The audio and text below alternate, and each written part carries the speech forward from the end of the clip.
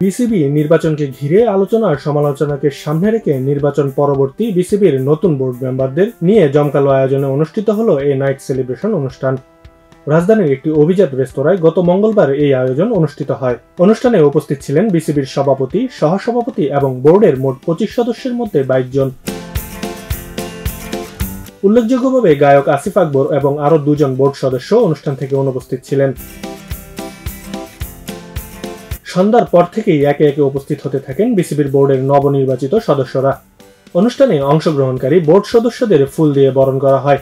পরবর্তীতে বিসিবি সভাপতি আমিনুল ইসলাম বুলবুল শুভেচ্ছা বক্তব্য প্রদান করেন, যেখানে তিনি ক্রিকেটের উন্নয়নে কাজ করে যাওয়ার সংকল্প ব্যক্ত করেন। আমাদের একটাই কাজ, ক্রিকেট। এই বাংলাদেশের ক্রিকেট, এই ক্রিকেটটা খেলার জন্য আমাদের মাঠের দরকার, আমাদের টাকা পয়সার দরকার, আমাদের প্রোগ্রামের দরকার, আমাদের সাপোর্ট দরকার, আমাদের গভর্নমেন্ট সাপোর্ট দরকার। এই যে 25 জন ডিরেক্টরস আমাদের আজকে অভিষিক্ত হয়েছে, এই 25 জনের একটাই কাজ, সব জায়গা থেকে আমরা সাপোর্ট দেব।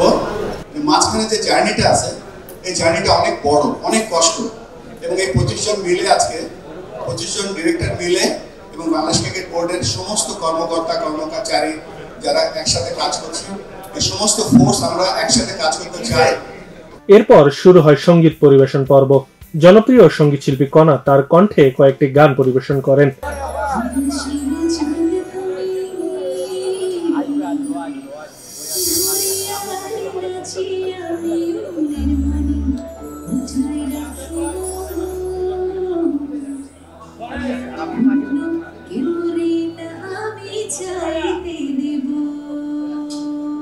কণার গান পরিবেশনের পরই সমাপ্ত হয় বিসিবির এই নাইট সেলিব্রেশন অনুষ্ঠান।